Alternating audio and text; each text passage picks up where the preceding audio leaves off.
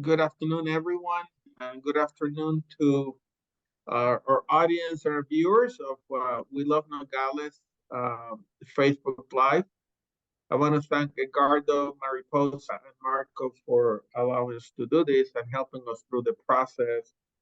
This is the ongoing effort that we make to educate our community on various topics. And in this case, it's going to be hypertension. And with me are two esteemed colleagues and experts on not just the clinical care, but also the public health uh, issue of hypertension. So I'm pleased to welcome Dr. Culling and Dr. Soltani. Welcome.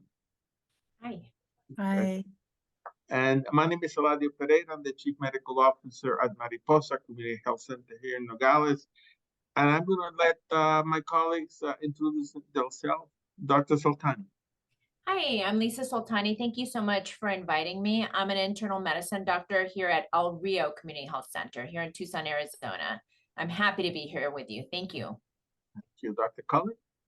Hi, I'm so glad to be here. I'm Terry Cullen. I'm a family medicine physician. I've practiced a lot in Southern Arizona, primarily with American Indian and Alaska Native populations.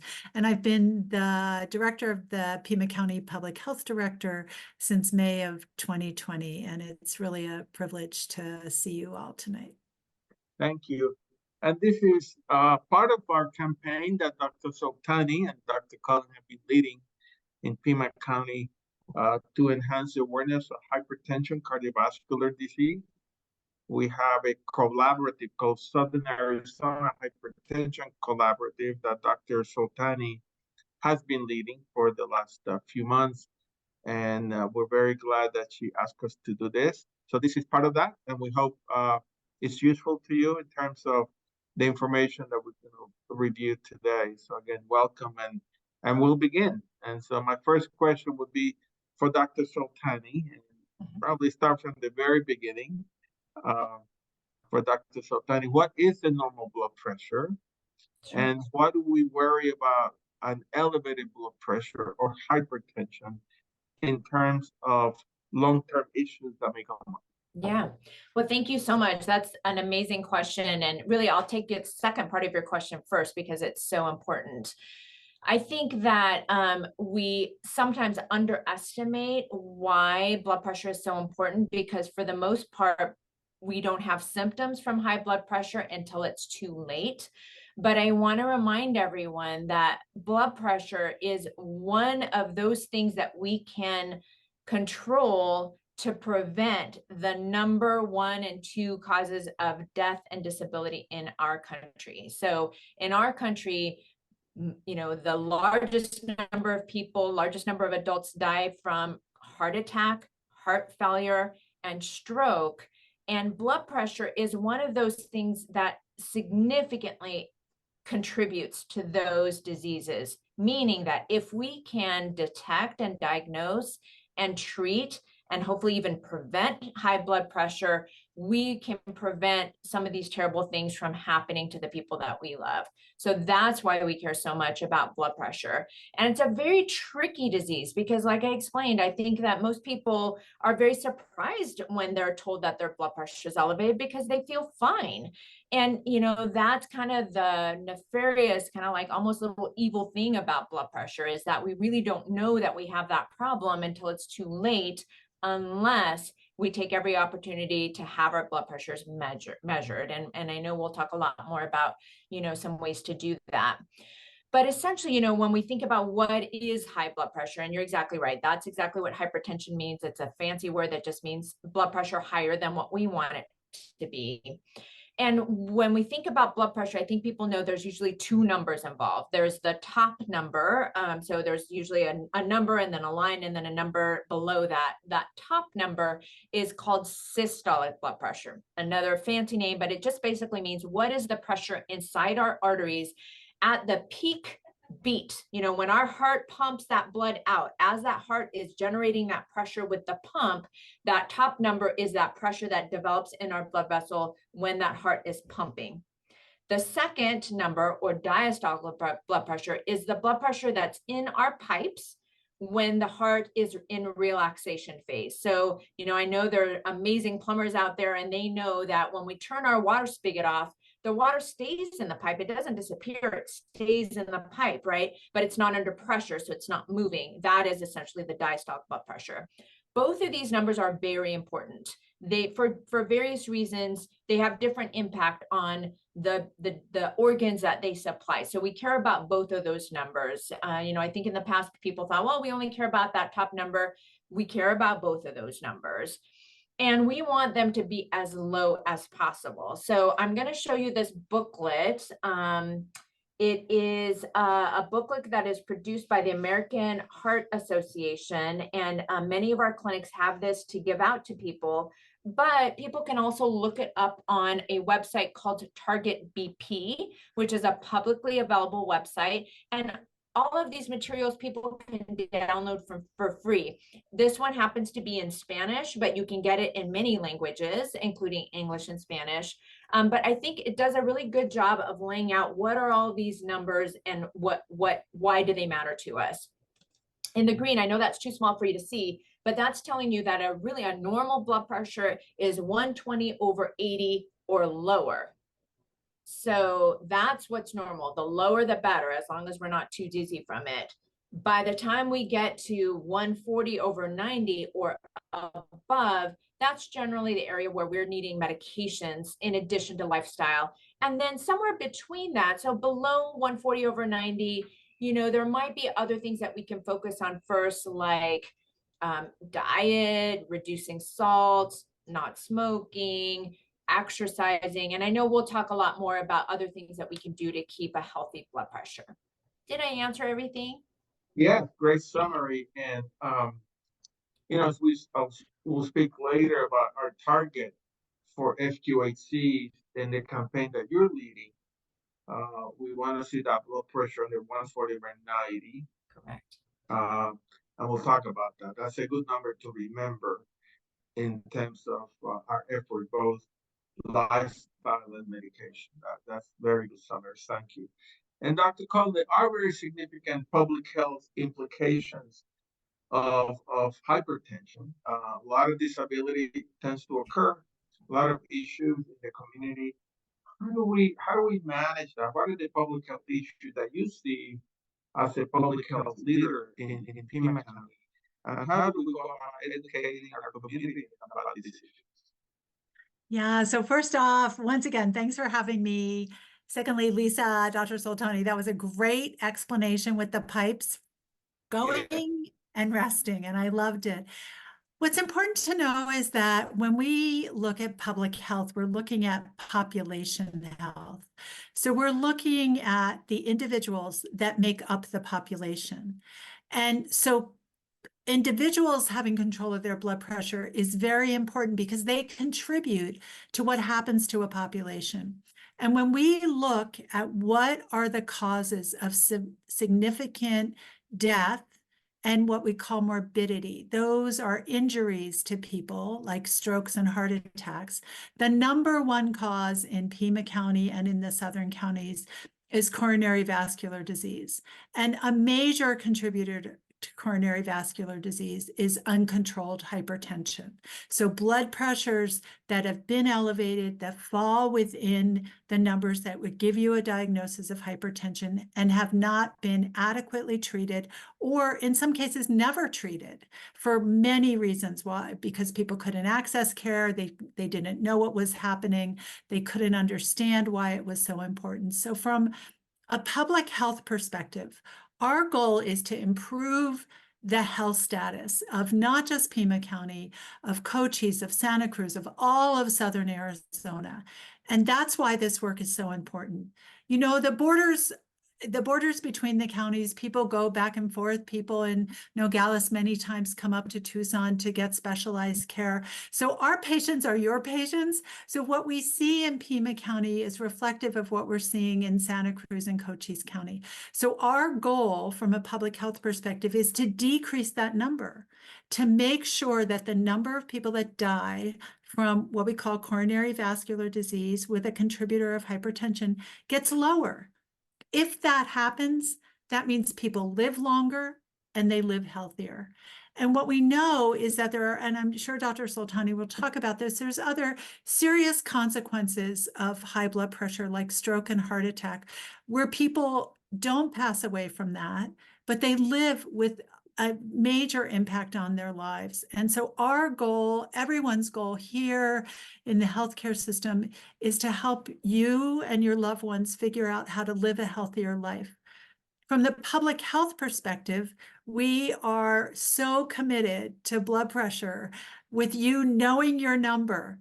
That means you have to get screened. You have to know your number. And Dr. Soltani talked about those two numbers. So it's really know your numbers, that we usually call it one number. So Pima County has really made an emphasis starting now, and we hope throughout the entire year, to really remind people, get your blood pressure checked. If it's elevated, make sure you get care, and make sure that care results in your blood pressure being controlled. So when we talk about hypertension, just like other diseases, we want to prevent it. And there's things Dr. Soltani talked about, prevent it. We want you to screen for it. That means every opportunity you have to get your blood pressure checked, you should take it. It doesn't hurt. It will give you the satisfaction of knowing that you know what your number is. If it's high, see if you do have hypertension.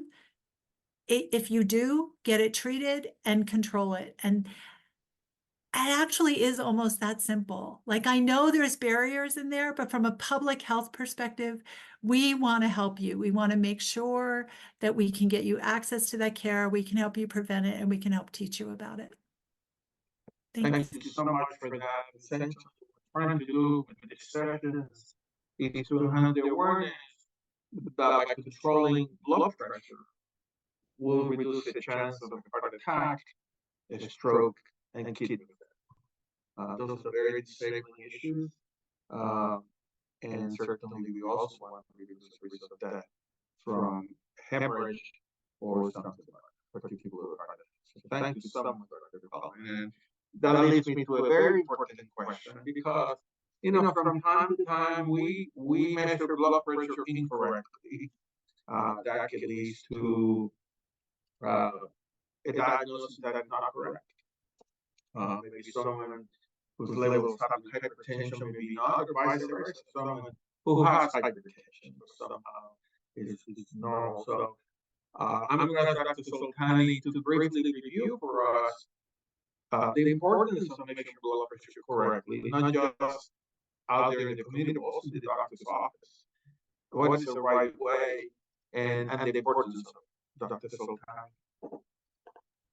Sure, I think that's a really great question. And first of all, I'm so grateful that Dr. Collin has really gotten the health department so involved in caring about hypertension and teaching about it. And, I think people don't realize what a remarkable health department director we have, that she really cares about the whole human being and really making all of us more healthy. And it is really important that our health departments care about this issue, because high blood pressure, like diabetes, like many of the illnesses that we have in our society today, are affected so much by our environment, meaning, our ability to exercise, to walk, to get healthy foods, to get fresh fruits and vegetables, to reduce pollution, to reduce stress in our communities. All of those things impact heart health and blood pressure. And to have a health department director that cares about all of those things makes it more likely as a community that we will have a healthy environment to live in. So I just really applaud and thank her so much for that work. And really the health departments in Cochise and Santa Cruz, equally excellent and committed to all of that. So I just thank you from the bottom of my heart. Now, to get to your actual question, this is something else that you can find in this booklet, but also on the Target BP website. And it really walks through how to correctly check your blood pressure. The reason why this is important is because, like I explained, those days where we would just say, oh, your blood pressure is high, but maybe that's normal for you. Those days are over. We will not say to anyone, oh, that's probably normal for you, because we don't want bad things to happen to you. We want to detect true blood pressure elevation and treat it to the best of our abilities. So that makes it important that we test blood pressure correctly so we get numbers that are reliable and safe to work with. So when you first run into your doctor's office after trying to get through terrible traffic and Tucson traffic and all kinds of stressors and getting the kids off to school, and you run into your doctor's office, it is very likely maybe that your very first blood pressure is a little bit too elevated. But that is not the blood pressure that we want to work with. That's not your real blood pressure. Your real blood pressure is what we can take once you've had a chance to sit quietly, and ideally 15 minutes of sitting quietly. I don't know that any of us have that much time to just sit quietly for 15 minutes, but at least give yourself 5 or 10 minutes to rest quietly. And so what that may mean is that when you first walk into your doctor or dentist's office, your blood pressure may be elevated. And I would try to remind your nurse, hey, can you let me sit for a few minutes and just relax, and then let's retake it. And it's that second blood pressure that's probably more accurate and reflective. So the things would be, take off your jacket, try to have your bare arm available for the testing, sit quietly in your chair with your back supported, put your feet flat onto the ground, try not to cross your legs. Hopefully you're not having to go to the bathroom or be stressed about that. So hopefully you've had a chance to use the restroom before you had your blood pressure checked. And then you'll want to relax your arm really on the desk next to you or the table next to you so that your arm is roughly at the level of your heart. So it doesn't need to be up here, but unfortunately my camera doesn't go all the way. Let's see if I can, there, maybe just resting quietly there on your desk. That's kind of the best way to have your arm supported to have your blood pressure checked. When you're having that done at the office, oftentimes they will recheck your blood pressure at the end of the visit or after you've had some time to relax. And again, it's that second kind of resting blood pressure that we want to really make decisions based on. When you're at home, and I know maybe at the end we'll talk a little bit about how to do blood pressure measurement outside the office. In those situations, though, you're going to be checking your blood pressure a couple of times, one right after the other. And many of the modern machines will actually average those numbers, or you'll take that second number as kind of the more accurate blood pressure number that you're working with. Did I answer? Yes, perfect. Thank you. And we have a couple of terms that we use sometimes, and I heard patients do the same. Maybe this is the right time to ask you that. That would be something called white coat hypertension. And then the second one is called mask hypertension.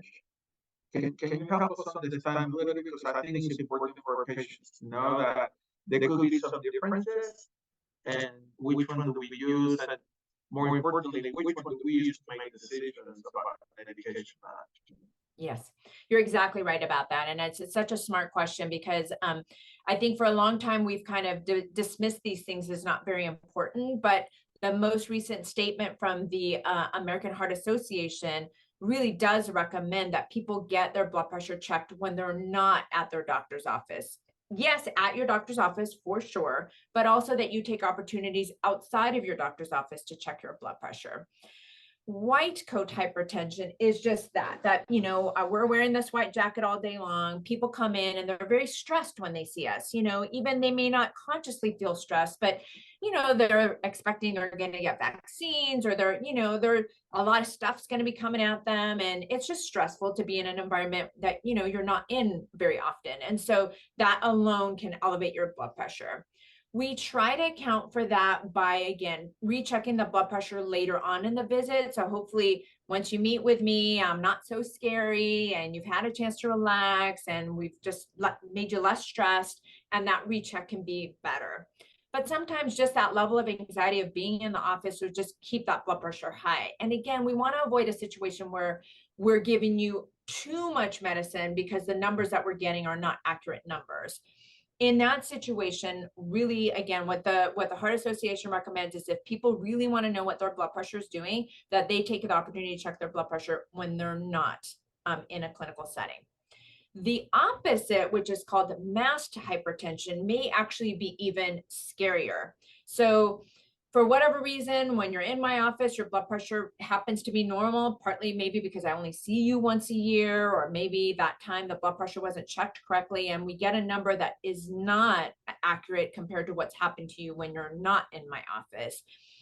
In that situation, we risk missing an opportunity to treat and really bring your blood pressure down normally outside of the office. We wouldn't want to miss that opportunity. So that might be a time also. So I guess to summarize really what the idea would be is that even if you do not believe that you have elevated blood pressure, even if you do not believe that you have hypertension, it's worth proving that to yourself by getting your blood pressure checked periodically. Periodically when you're not here at the office, that you still take an opportunity to get your blood pressure checked and know your numbers, as Dr. Cullen was mentioning. Thank you for that excellent explanation. I'm going to go back to Dr. Cullen about public health department. Certainly, we want to promote screening, measure blood pressure correctly, and now we're going to move to treatment. I'm going to ask Dr. Sultani in a moment about the non-pharmacologic therapy. We're going to have another session on medication, but from the public health point of view, what do you think are the main elements as we educate our community about treatment and management of hypertension? What is the role of the health department in terms of promoting once someone gets a blood pressure of 150 over 90 consistently? What can the health department do to help promote that treatment is important? Yeah, this is such a great question. First off, I want to thank Dr. Sultani for her praise of me. You are the frontline provider there, along with Dr. Barrera. So anyway, so let me step back a second and then we'll talk about that. We're called the health department for a reason, and we're called the public health department, just like Santa Cruz and Cochise have public health departments. So the goal is for us to make the public healthy. And we do that through lots of ways. We do that through trying to make sure people have access to appropriate nutrition. So if you're pregnant or you have little children, making sure you can get on WIC so you have enough appropriate food sources, Women and Infant Children's Program. Making sure that we work with you from a Parks and Recs perspective to have the ability to have exercise and movement in the summer, have access to pools and all these other things that we do. Really, overall, I say to everybody, blank is health. It doesn't matter what you put in there. It's about health. So everything we do is about health. So from a hypertension perspective, once again, it is this cascade. So one thing we are doing is trying to make sure that we make screening what we call more ubiquitous.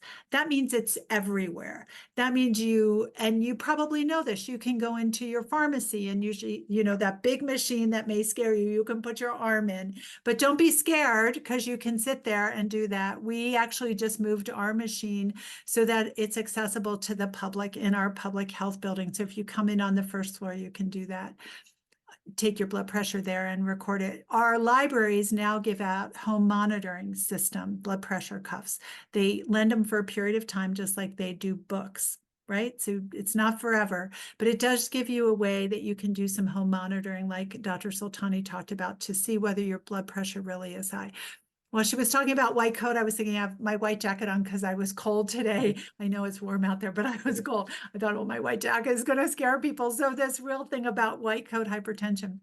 However, at the end of the day, access to care really matters. When we look at our community health needs assessment, what we see is that access to care consistently has shown up in the top 4 concerns of individuals in our community. So while they are very concerned about us being able, for instance, to have control of cancer and cardiovascular disease, all those rely on us being able as individuals to have access to care. So we are working on that. Have we solved that problem? No. And I'm sure many of you have had this experience where your insurance changed or all of a sudden you need to get in somewhere and you call and 5 doctors in a row say, no, I can't take care of you. We do run clinics here. We run 4 clinics in Pima County, and our clinics are open to screen people for elevated blood pressure, and to screen for other things that are important for you to know about your health. If we find something there, then we work with you to ensure that we can get you into a healthcare system. I don't want to mislead anybody. The healthcare system is over-solicited. Lots of people are trying to get in. And as a community, a Southern Arizona community, this is a commitment from us to work together to try to make sure that we can get people the care that they need.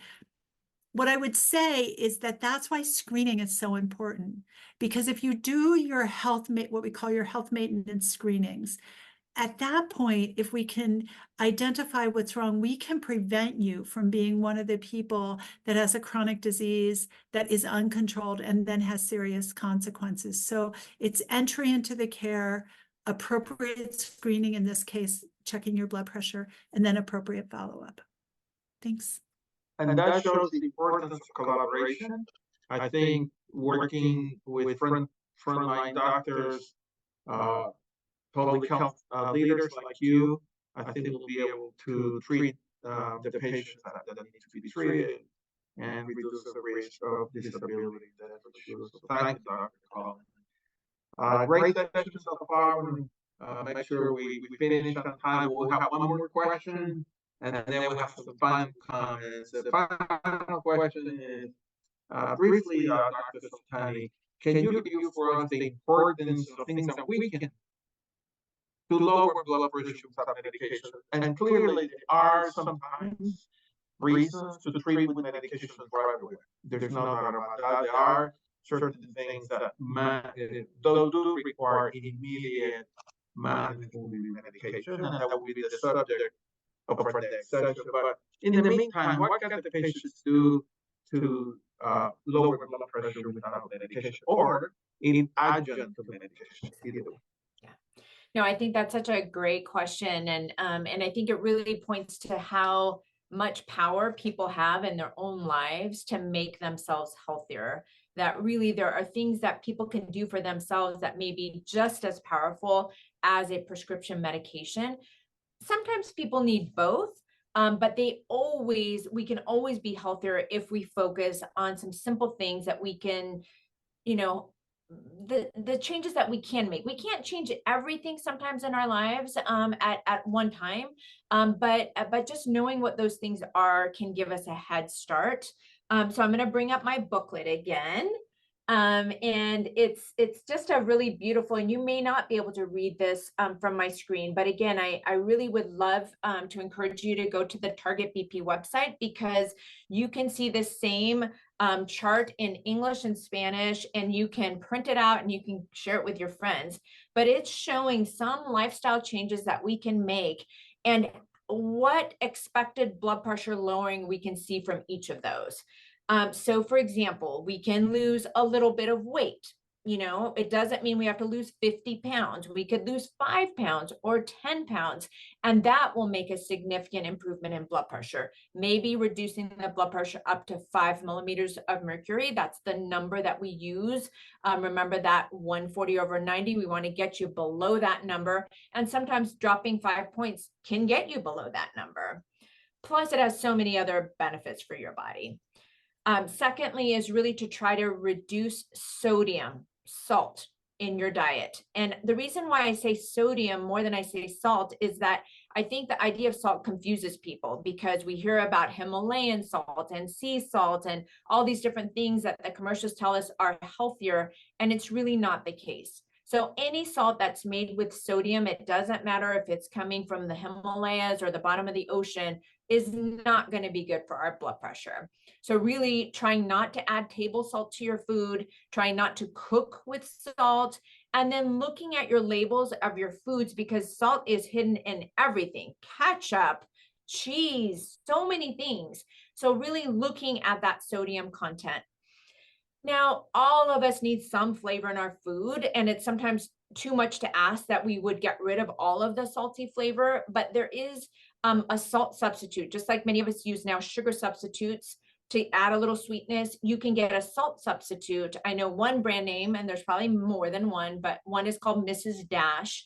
And what that does is it gives you a mineral called potassium instead of sodium to give that flavor to your food. And that's a much better idea. One of the items on this list is being more physically active. And so we know that, even if it doesn't cause us to lose weight, it's still such a win, such a success for your body if you're exercising. Even if you don't even want to think about your weight, that's perfectly fine. If you're physically active, that is going to be the most important thing. So walking whenever we can, parking at the back of the parking lot and walking in, as opposed to parking right in that front space, walking the stairs instead of the elevator when we can, trying to incorporate some physical activity into each day is so important and good for us. And then not smoking. Again, our health department provides us with a lot of support to stop smoking. You don't have to do it by yourself. And, quitting smoking is probably one of the most challenging habits that we can kick. And so, if your doctor can help you, if your health department can help you, please ask us, because there are some very successful medications and treatments that we can offer you to help you stop smoking. And then really trying to limit the amount of alcohol that we consume. Those are some very successful ways of reducing blood pressure. Absolutely. And one of the things that those things can do is actually reduce the amount of medication you need. Perhaps you need high number of milligrams of X drug. Maybe if you lose a few pounds, if your alcohol consumption drops, sodium consumption, maybe you'll leave half of that. So there are a lot of benefits to that. That's great. And then we'll have a future session where we're going to talk about medication and all those kinds of things. So thank you, Dr. Soltani. And my last question for both would be, any final comments about today's session? Dr. Cullen, anything you want to emphasize today? And then I'll move on with the same question to Dr. Soltani. Dr. Cullen? Yeah, I do want to emphasize, we're all working together, because we believe if we work together with you, we can make lives healthier, people live longer, stop suffering, really make the world a better place, the Southern Arizona world a better place. And so we really welcome your participation, and we welcome if you have questions, or if there's any things you need from us, from your public health department, whether it's Santa Cruz, Cochise, or Pima, please reach out to us to see if there is an opportunity for us to work with you. The metaphor I use about public health is, what we do is we set a table and we invite you. And we need you to be at the table, because by ourselves, just working within the health department, we won't be able to achieve any of those things that are so important. So thanks. Thanks so much for participating, Dr. Soltani. It's just such a beautiful way of putting things. I think Dr. Cullen really summarized what I wanted to say as well, which is, we're really focused on working together. Our 3 counties and our health centers here in Southern Arizona, we've decided to form this collaborative, because we think that if we can work together and spread this message to, all of our neighbors and community out there, and all of the viewers, I thank you so much for giving your time to this topic, because our real true belief is that if we can come together and educate ourselves and one another and show each other how much we care for one another, we can truly make a big difference here in Southern Arizona. So thank you so much for the invitation and for your time today. And thank you to both of you for being the leaders of this, Dr. Soltani, for your leadership in the collaborative, and Dr. Cullen for being the leader of Pima County, for all the things you do. And we hope to see you again in our next session. With that, I want to thank Edgardo Mariposa for helping us do this. We hope to continue doing this. It's part of what we do, and we're just grateful that we were able to do this today. We are recording this, and will be released a little bit later tonight. So we hope you can use it, watch it, and then hopefully implement some of the recommendations by Dr. Cullen and Dr. Soltani. Again, thank you very much. Have a good evening. I'll see you the next time.